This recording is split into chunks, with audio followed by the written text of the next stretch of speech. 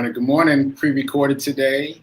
You are seeing this on Tuesday, the 15th day of February. So happy Tuesday, happy Tip Tuesday. And this is the 32nd episode of season 3 of the Be Your Own Hero show. A lot of threes in there. That's a good number. Anyway, I'm your host. I'm Sekou. I'm a professional creative and the creator of the Hero Ministry Movement, which is my effort to uplift and inspire the unhoused community and people in general. Join me here Monday through Friday, 9:45 a.m. Eastern Time, 8:45 a.m. Central, 7:45 a.m. Mountain. And shout out to New Thought Media Network for allowing me the space and opportunity to be here and talk about my journey of becoming my own hero. If you miss any episodes, you can check out all the replays on Facebook and on YouTube. It seems to be easier to find on YouTube. So anyway, if you go to YouTube, all the previous episodes be available, all of season 1, all of season 2, the previous episodes of season 3, and you can subscribe and turn on the notification bell so that when there are new episodes, you'll get notified and you can watch the replay. Okay, so all that said, if you like the show, if it serves you in any way, please like, please comment, and please share. All those things help the algorithm, helps the show grow. So season 3 of this show, the Be Your Own Hero show, is all about doing. It's all about doing. And before I talk about doing, let me remind you that I'm not a personal trainer, nor am I a financial advisor, so do your own due diligence. Okay, so season 3 is about doing, and the idea is to give actionable intel. So I hope I'm doing that. Help me out by letting me know in the chat. It was great that someone asked me about how to get involved in the stock market recently. I think that was Robin. So anyway, drop your questions in the chat because that gives me something to respond to. And that lets me know if I'm on track for being of service. So please, please, please drop your comments in. Spread the word and drop your comments. Maybe someone else might have a comment or a question that they want to have answered. Okay, all that said, no heroes in the chat. Well, there are probably heroes in the chat right now, but I can't see you because it's pre-recorded. So shout out to everybody in the chat. Shout out to everybody watching the show live. Thank you. I will see your comments later, so please comment. And let's move on. So, this is a milestone day. You're seeing this on day 260 of my run streak. 260. Wow. Wow, and I love how I just claimed it. You know, it hasn't even happened yet, but I'm claiming it because I know no matter what shows up to stop me, I'm going to do it anyway. And that'll be day 260. 260 days. That feels good. That feels good. Anyway, I don't know what my mileage is yet, but I like to add up my mileage on milestone days. So I will try to do that tomorrow and post it in social media. So look out for that. I'll also be posting my run report as usual on TikTok, on Facebook, and on Instagram. So check out the run report. Today's run report was pretty cool because I ran earlier than usual. So when I ran, it was still dark outside. So it's dark. It's dark in the video that I'm doing my run report in. So anyway, check that out. It's an interesting aesthetic. And I liked it because it gave me more time. But anyway, go check it out. Okay, so charity run number 3. We're raising money for Mr. Charles, who, if you're just joining us, I found in the snow and ice a couple weeks ago. And I need to check and see where we are with him in terms of his process. But we are at 62%. We were at 62% yesterday. We're still at 62% today. So I'm going to do some more promotion on social media and try to get some more people to know about it and possibly donate to it. And I invite you to do the same thing so we can go ahead and close this out before the end of the month. Okay, that said, moving on. Envelope challenge. Oh, no. Before I get to the envelope challenge, let me circle back to the 30-day streak challenge. Shout out to Gladys. Shout out to Gladys. Shout out to Rev Mel. Both of them are stacking things onto the 30-day challenge. So Rev Mel is doing a meditation streak, and then she stacked on the envelope challenge. Well, Gladys has been doing a bicycle challenge, an exercise bike challenge. Now she's stacking on social media. And I can see the difference. Gladys has been reluctant to do social media because it seems confusing. But the more she does it, the more she pops in every day to post something, I can see her familiarity with it growing, even on the outside looking in. So shout out to you, Gladys. Keep up the good work. And it's just a reminder for all of us, whatever it is we want to attempt, if it's something new, it's going to feel strange and unusual when we first start. That's just what it is. But if we keep at it, it'll get better. That said, shout out to Casablanca Lily too. She started doing the 30-day streak with maybe 1 to 3 push-ups a day, and now she's up to 15. And she's not even really trying. She's just doing it every day, and that's what happens. When you do something every day, your body, your mind, your spirit starts to show up for you in a different way and starts to let you know that you can do more. You don't have to, but you can, and then it grows. Anyway, I invite anyone who is still sitting on the fence, still sitting on the porch, or still thinking about it, just decide on something that you want to explore and decide to chip away at it for 30 days, whatever it is. Every day, once a day for 30 days, just chip away at it. Even if it's something completely foreign to you, and I promise you, you'll be surprised at the end of 30 days. Okay, so shout out to Gladys and shout out to Casablanca Lily. Okay, envelope challenge. So I got my dice here. I'm gonna roll my dice, and the winner is 1. Easy day. Easy day for Tuesday. Transfer $1 from your checkings over to your investment bucket where you're collecting that money to be invested. Let's be clear. This is not another savings account that is just a savings account. This is a savings account that is to be used for investing, period. So you're just accumulating enough to invest.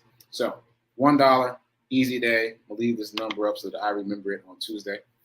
Okay, and moving on. So I think this is going to be a quick episode today. It's going to be a quick episode, which is rare for me, right? But yeah, let's move on to the morning Zen. As you know, if you've been watching the show, I've been reading the 4 agreements. It's 4 very simple agreements, and all 4 of them require intense willpower to make good on them. So right now we are in Do Your Best, which is the 4th agreement. But just to recap, the first of the 4 agreements is be impeccable with your word. This means primarily be impeccable with your word to yourself. Say kind things to yourself. Then don't make assumptions. Man, don't make assumptions. There's nothing more to say about it. Just don't make assumptions. Well, I'll say one more thing. Ask clarifying questions so that you can avoid making assumptions. Take nothing personally. I inverse number 2 and number 3, but take nothing personally. Take nothing personally, which requires a lot of willpower. Just remember that whatever's going on with the person who, quote unquote, offended you, that's what's going on with them. And refuse their efforts to give you their poison. Refuse that gift. Just say no. Just RSVP no to that poison. RSVP, no thank you. All right. And so that brings us to the 4th of the 4 agreements, which is do your best. And so this is a long quote. I'm going to read it all because it's impactful. This section of the chapter talking about doing your best is talking about action, which obviously resonated for me because of my whole doing movement. So here we go. Action is about living fully. Inaction is the way that we deny life. Inaction is sitting in front of the television every day for years because you are afraid to be alive and to take the risk of expressing what you are. Expressing what and who you are is taking action. You can have many great ideas in your head, but what makes the difference is the action. Without action upon an idea, there will be no manifestation, no results, and no reward. Powerful, right? And that's not even it. You're going to think that I'm making this next paragraph up, but I swear to you, this is what's in the book, The 4 Agreements by Don Miguel Ruiz. Ready for this? A good example of this is Forrest Gump. A good example of this is Forrest Gump. He didn't have great ideas, but he took action. He was happy because he always did his best at whatever he did. He was richly rewarded without expecting any reward at all. That's it. Forrest Gump didn't have great ideas, but he took action, and that led to all his success. I never thought about that in terms of Forrest Gump before. I thought of a lot of different things about Forrest Gump, but I never thought about it quite that way. But anyway, he didn't have great ideas, but he took action, and taking action is what made the difference. Taking action is being alive. Taking action is being alive. Taking action is being alive. So take action. Right back to me and doing. And my other phrase that I started using recently during the pandemic, which is now is better than perfect. Because so often we wait trying to get something right and trying to get it right and trying to get it right before we do it. But just do it now. Just pull the trigger. Just start doing. Start being like Forrest Gump. Just start doing it now, even if it's not perfect. And it'll get better if you keep doing it. So pull the trigger, be consistent. Pull the trigger, be consistent. Those seem to be the magic bullets to success. Seriously. Okay, so that is the morning Zen. Also, just to piggyback, if you've been watching the show, you know that I've also been reading The 50th Law of Power. Recently, I've taken to listen to that in the mornings when I run. And so there's lots to say there, but I'm kind of saving it because I'm focused on the 4 agreements. But it was fascinating to watch the Super Bowl yesterday, the halftime show, and see 50 Cent perform at the halftime show of the Super Bowl, and also be reading the book about how many struggles he overcame. It's inconceivable that he would be performing at the Super Bowl given all the stuff that he went through before he got to that point. I mean, so many obstacles. And it's just a reminder that mindset is everything. The obstacles are coming for all of us. The obstacles, the bad days, the blocks, all of it's coming for all of us. But we have to learn to think of those obstacles as opportunities. Think of every obstacle as an opportunity, as 50 did, and you can go from being a drug dealer at 12 years old to performing at the Super Bowl. So anyway, check out the book if you're interested. It's called The 50th Law of Power. 50 Cent co-wrote it with Robert Greene. Moving on.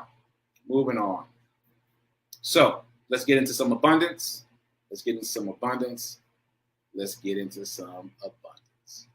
Okay, I am so happy and grateful to be a multi-millionaire in every area of my life.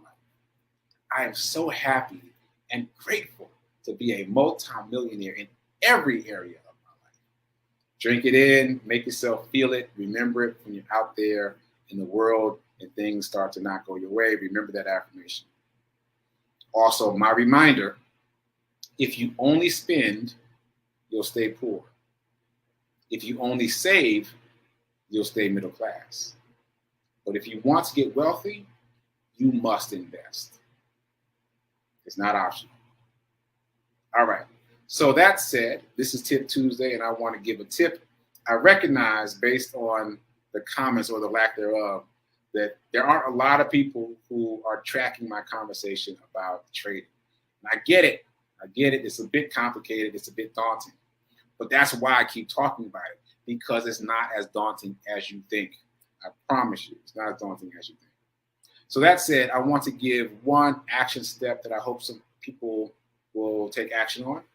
And then we'll see what happens after that. Maybe we'll keep talking about trading, maybe not. But I'm going to give you a concrete action step. So not too long ago, I introduced you to the concept of candlesticks. And these are candlesticks. This was a system of reading the stock market that was invented in the 1700s in feudal Japan. It was first used in the Japanese stock market in the 1870s and still is in use today. Here we are in 2022 and it's still being used today. It's a very powerful system. Each of these candles represents a bit of information.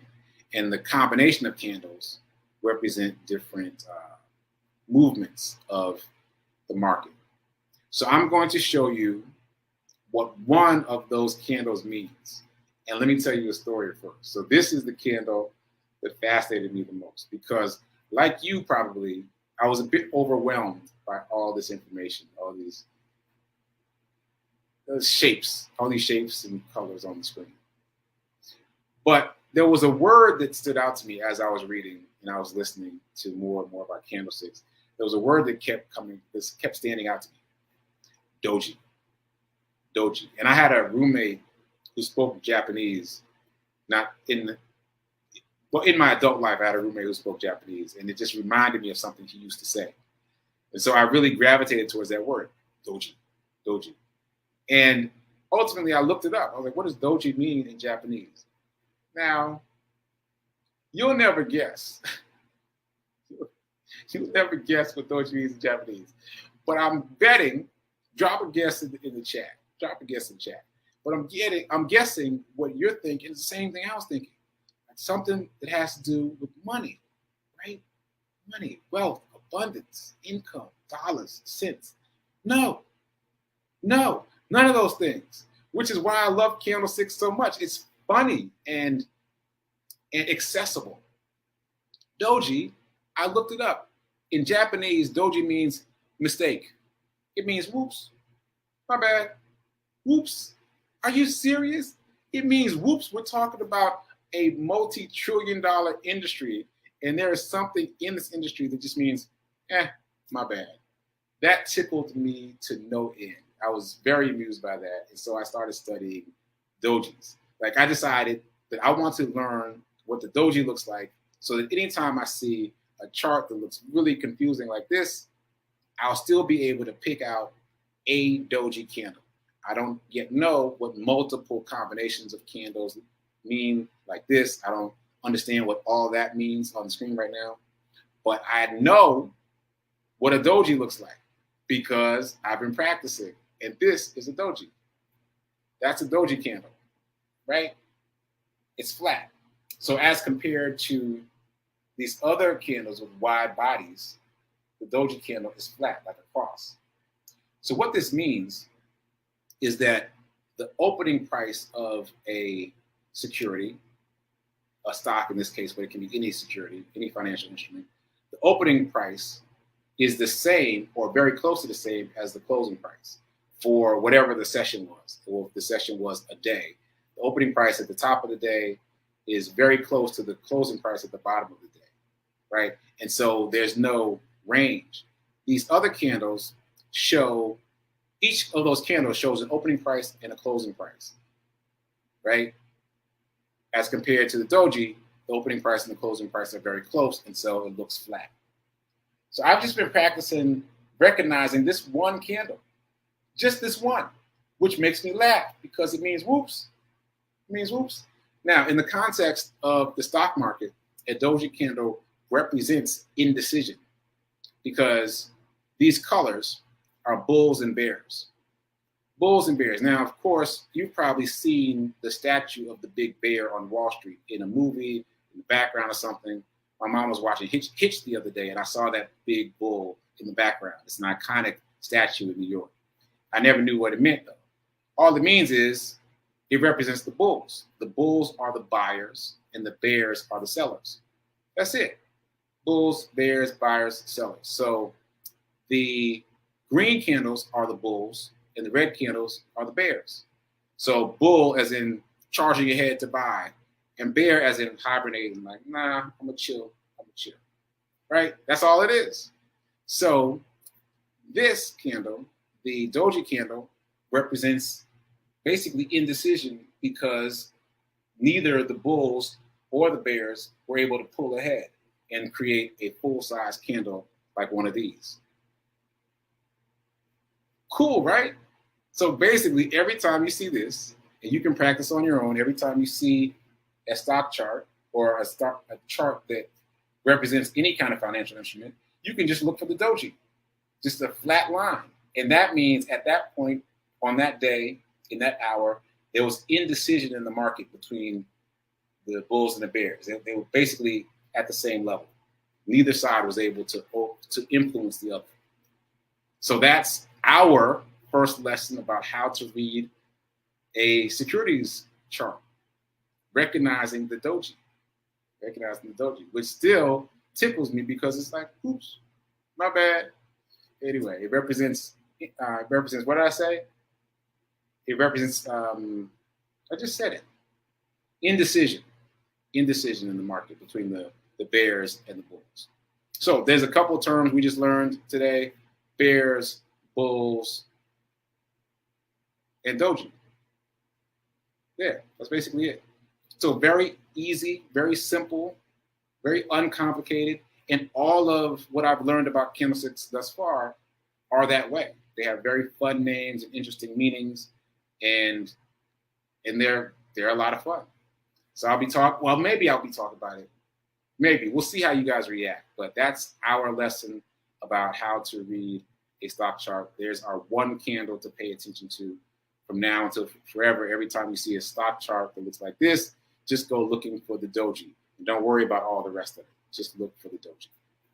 Okay.